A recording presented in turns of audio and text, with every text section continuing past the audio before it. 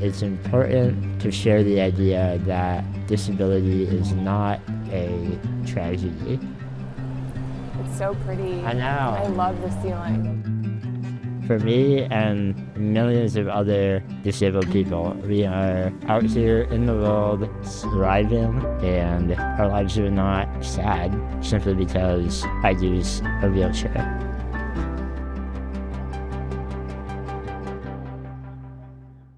Hello, welcome to Travel Talk with Joy.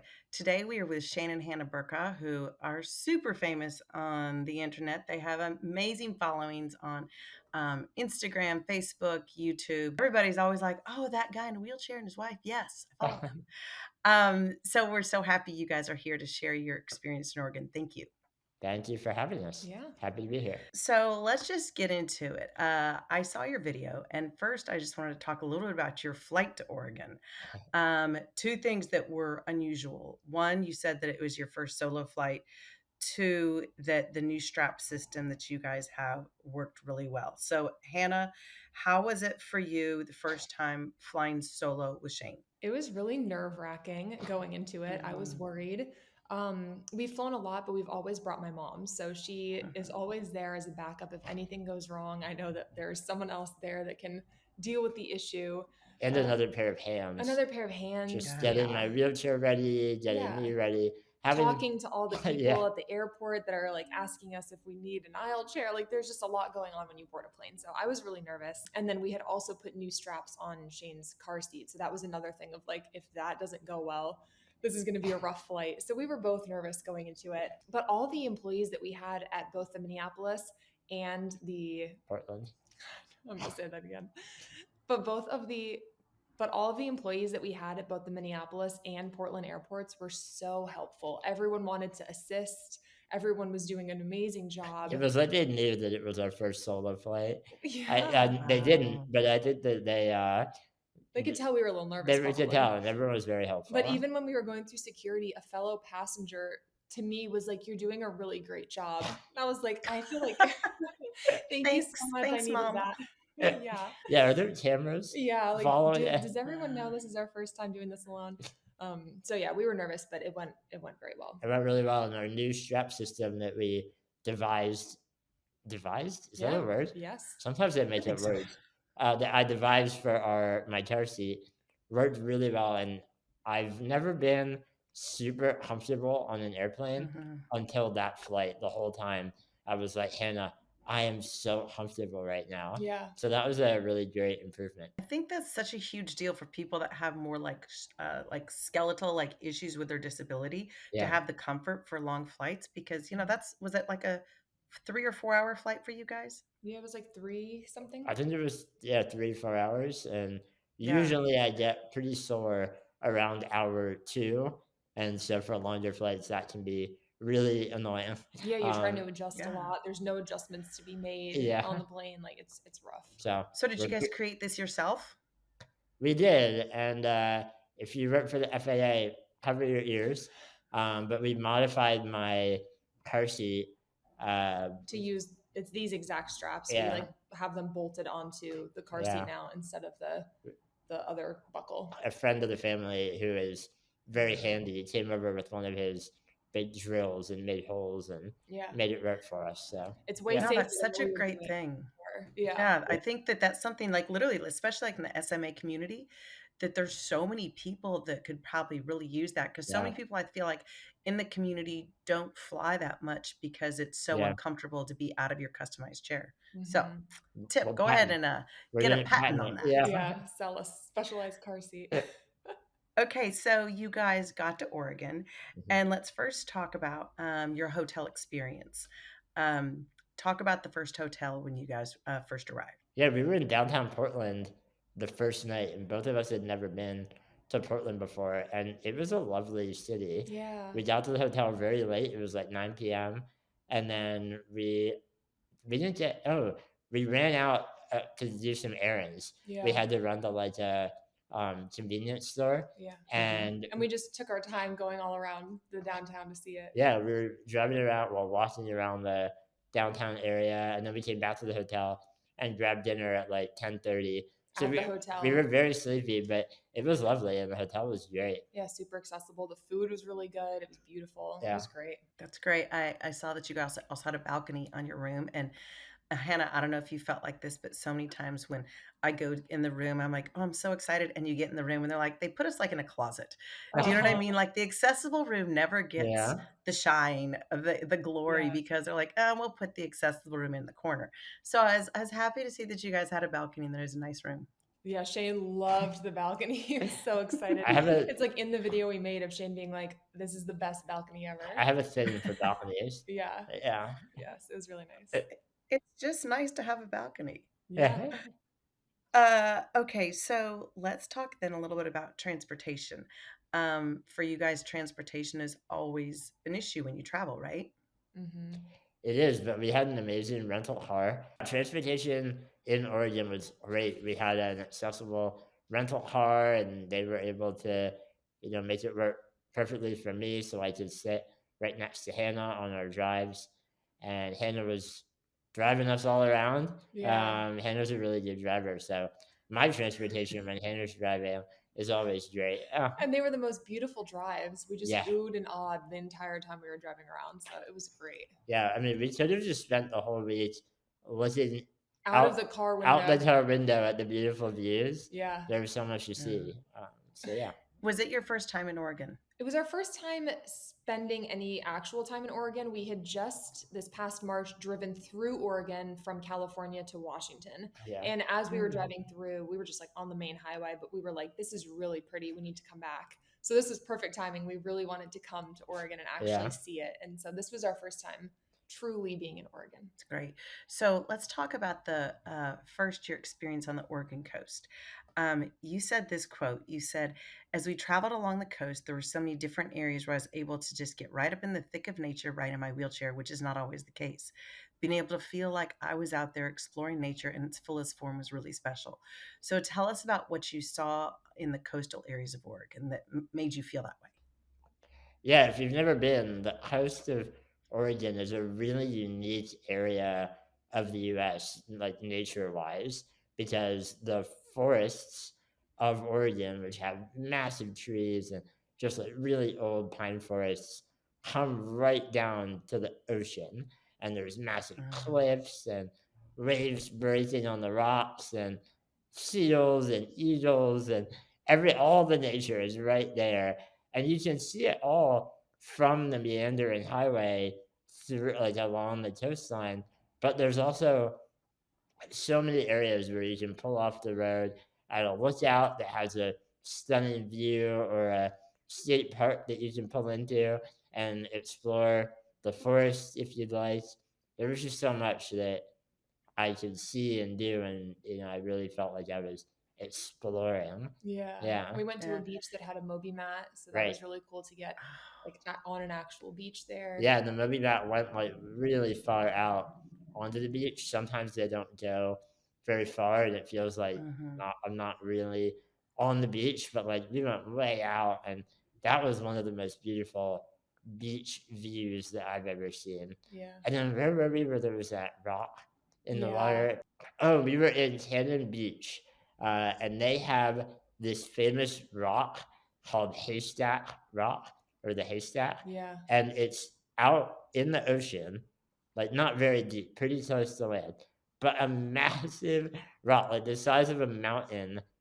And there are thousands of birds like flying around the mountain. It looked like it was straight out of Jurassic Park. Or like Avatar. Yeah, it looked fake. It was, I've never seen it. Oh my gosh. And I could get right down to the water, and then we posed with the massive haystack behind us. Beautiful. And it was another moment where I was like, wow, this is incredible. Yeah. Did you guys see seals? Because I've heard there's like amazing seal watching somewhere around the Oregon coast. Yeah. We did. We saw seals. We got really close. Before we answer this, what is the town? I know, I'm forgetting all these towns. Like, it was like Seaside or something, or like Norfolk. Wherever the aquarium was. Yeah, Norfolk, right? Whatever's on my hat. What's on my hat? Oh, I have my hat here. Wait, I gotta put my hat on. Newport. Hold on, everyone. Close. Were those seals or sea lions? It doesn't matter. It was one or the other. Can I put my hat on? Claim them both. claim them both. Yeah.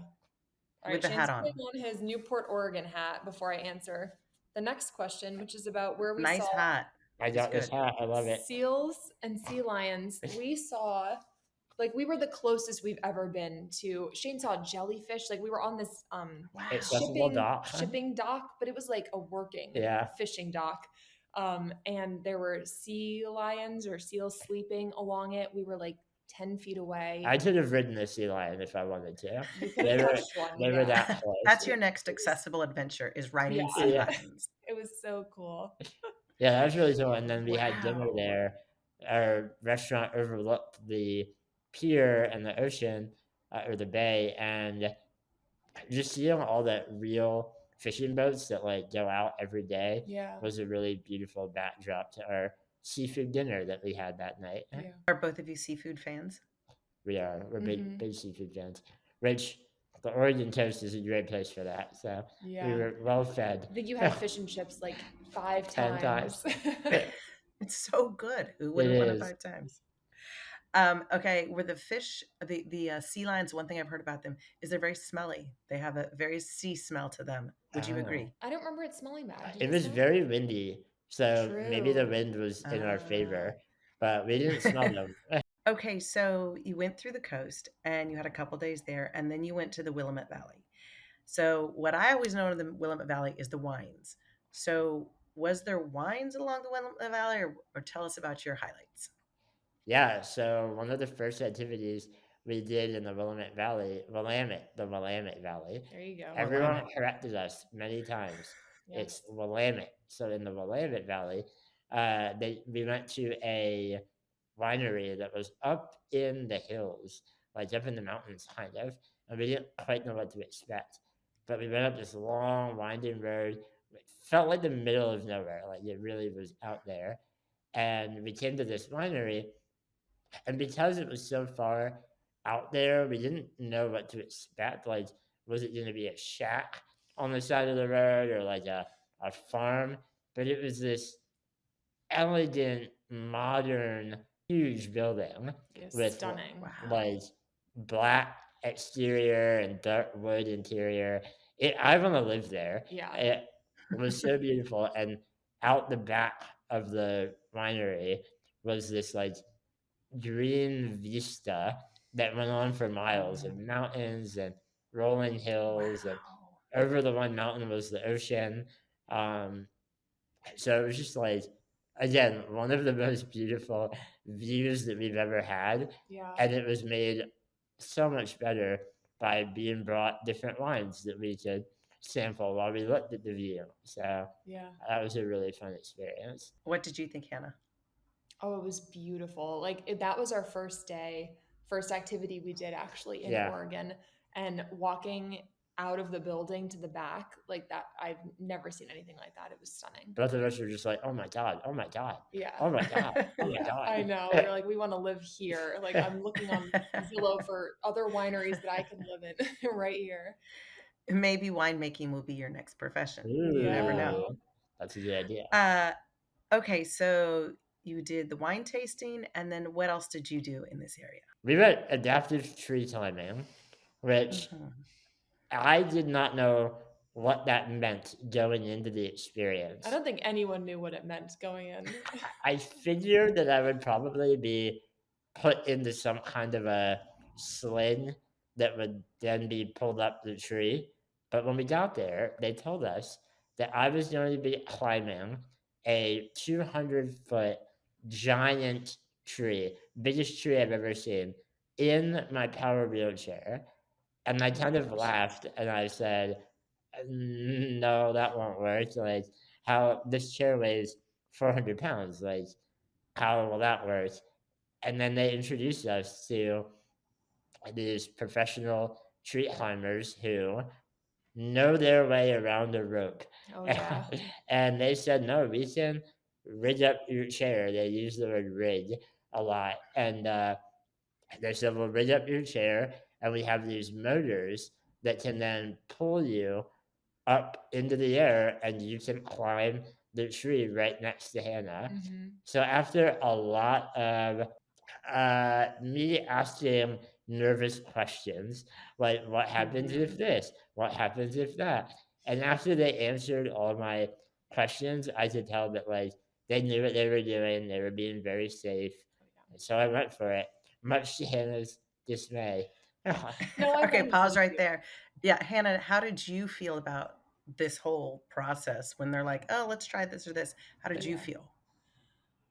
Well, there was a moment where they had one motor on Shane and they were Mhm. testing it and it wasn't holding. So he was brought back down and they were like, it's not working. They ended up putting a second motor on and that worked. But in that moment, the guy was like, we can be done. Like, it's fine. And Shane was like, no, we need to figure this out. And I was like, Shane, I really think that we just don't need to do this. Like, you just don't need to climb this tree. Like, we've seen the tree. It's great. You were already 5 feet in the Yeah. air. Isn't that enough? Aren't you good? Come on, that was tree climbing. You went 5 feet up. Yeah, he persevered and they figured it out. And I'm really glad that you did it. Like once we were up in the tree, it was so cool. And Shane, like every time they raised the motor like 2 feet, Shane would shriek with joy. Like it was really fun. It was incredible. It was the most thrilling experience of my life. It was also terrifying. Yeah. Because, they knew what they were doing and we were being very safe.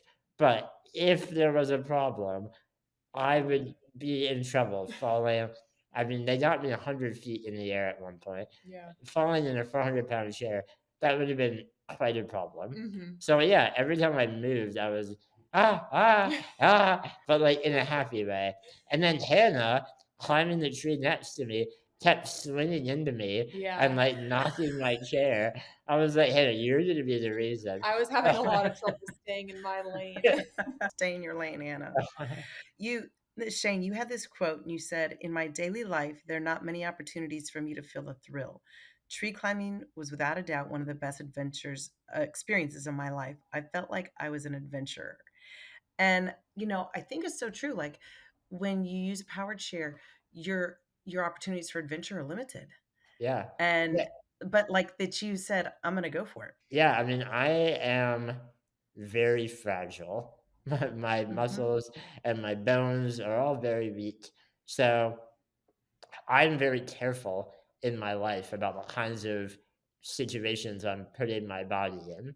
So there's not very much that I can do to like give myself a thrill. I don't have Hannah like push me down slides, or I don't do roller coasters. I mean, I'll say like when we went to the SMA conference, we saw a lot of people with similar body types to Shane, like putting on neck braces and getting on roller coasters and like doing all these things. And Shane was like, I would never. No, maybe I'm a fraidy cat. So like some people will push the limits and do it and have an amazing time, but Shane definitely prefers to stay in his chair, which I think is why this specific adventure of tree climbing in your chair was like so perfect for you. Yeah, even though I expected to get into a sling to climb the tree, I much preferred staying in my chair because I felt so much more comfortable and safe. And yeah, that was really the reason why I was like, I need to do this. Like, we need to figure it out. Yeah. And it was worth it. I have never been more scared and had more fun at the same time. Tree climbing was without a doubt one of the very best experiences of my life. So, Hannah, the other thing that I think is interesting in this is there's very few opportunities as a companion of someone in a chair where you get to have adventure with them and experience that and feel that with them. Tell us a little bit about how that made you feel. Yeah, I think it's true. Shane and I haven't done a lot of like thrilling adventure type stuff together. And I'm not a huge thrill seeker, like people will ask, would you ever jump out of a plane? And I'm like, absolutely not. I'm not interested in that. So I'm not a big adventure person, but this was really fun. It felt safe and it was really cool to do together. Yeah, this pushed your limits also. Yes. Like Hannah had to get in the right mindset. Like, I'm gonna go. Tell them about how high you went. I guess I'll go all the way up this tree. Yeah, we were going up the tree and there was a place at the top where you could just like go all the way up. And so they were like, go ahead, like go as high as you can. So I started going up and I was probably like 150 feet up, like 50 feet higher than Shane. And I got to the top and there was like a big branch there. And the people called up to me to just sit on that branch and wait. And then they would come and help me get down because I didn't know how to get down yet. So I was like sitting on this branch 150 feet up. My hands are sweating. Like it was terrifying, but very cool. And it was also the tree that they used for Twilight. And I'm a big Twilight fan. Ooh. So I was extremely excited to sit up there and pretend to be in the movie. They filmed part of the movie on that tree, which was a neat little thing. So I was having my moment. Wow. But it was Your really Twilight moment. Yeah. Coming off that, like, so you're sitting there and then coming back off that ledge, was that one of the hardest things? Yeah, getting on the ledge was one of the hardest parts because I had to like let my rope go slack. And then when they came up to get me, that she was like, hop off, hop off the branch. I was like, I don't think I can. Like, I don't think, because I had to drop like 6 inches. Hannah's like, I just am gonna live up here now. This is where I live. I'm a tree person. My hands are sweating thinking about it. Literally, like you in a tree. I mean, it's crazy. Like if you're kind of afraid of heights, which I am, it sounds like you guys are all afraid of heights, how an experience like that, you get that rush that you can't get where it's your sweat, it's the adrenaline, the whole thing. Unbelievable. So, Shane, when you think of like this experience and how out of your norm it is, you put yourself out of the box, you know, what kind of responses do you expect to put in your community? Because I did see that 43,000 people watch this. So people are having a reaction to this. What do you hope they get from this? Well, I've seen a lot of comments and I've gotten a lot of messages from other power wheelchair users saying, hey, I would love to try that. Can you tell me more about it? And I hope that is, the biggest takeaway here is this exists. I didn't have any clue that this was a possibility. And so I hope other people realize, oh, I should do that and look into how they might do it in their area. I also hope that it encourages other tree climbing experts to do adaptive tree climbing for people in their area. All that we did differently was we tied up my chair instead of a harness, and we used a motor that was a very common tool for tree climbing. So it's a very possible thing that can be implemented in other areas. And it was so fun. I hope other people give it a try safely. I think, so another quote that she said was, accessibility for me does not mean that I'm no longer disabled, but rather I can experience the world in full with my disability. And I was like, oh, that's so good, because that's what Oregon is doing. It's not like, oh, we'll adapt it for you. No, they're taking you as you in your chair and making it possible for you instead of making you have to adapt by like getting out of your chair and be uncomfortable, even though you're kind of getting the experience. That's a powerful quote though, because I think people think that you should adapt to them instead of having the experience, be adapted for you, if that makes sense. Right. Yeah, no, I completely agree. Often accessible activities feel kind of like a knockoff activity or like half of the experience. For example, at many theme parks, I won't name them, but I can't ride the actual rides, but they say, well, the accessible part is you can go through the line to experience the characters and the architecture. And like, that's nice, but it's not the same as riding the ride. And so, time and time again in Oregon, we felt like we were getting the full experience, that it was the same that non-disabled people were getting, and I was able to do it as I am in my wheelchair with a disability. So, really, thank you, Oregon. No, I think that, for Wheel the World, they're the first state that's becoming fully destination verified in all of their regions. And it's because their passion for actually welcoming people with disabilities. I think it's incredible. And it's not because someone's telling them to do it. They like have this huge heart in Oregon that they want to do it because it's the right thing to do. And they want travelers like you and Yeah. Hannah to come visit their state. Yeah, everyone that we met from Travel Oregon and the individuals from Real the World that were there as well were just so supportive and eager to give us the best experience. So again, like everything that Travel Oregon is doing to make their activities and experiences more accessible is super important, and we're really grateful for it. So, what's the one thing you would say to the disability community if they're considering traveling to Oregon? The one thing I would say to the disabled community, if you're considering traveling to Oregon, is do it. Get some seafood, drive up and down the coast, go tree climbing. It's a really beautiful state with so many different activities and things to do. We loved it, and we think you'll love it too. Well, thank you so much. And we look forward to more adventures with Shane and Hannah.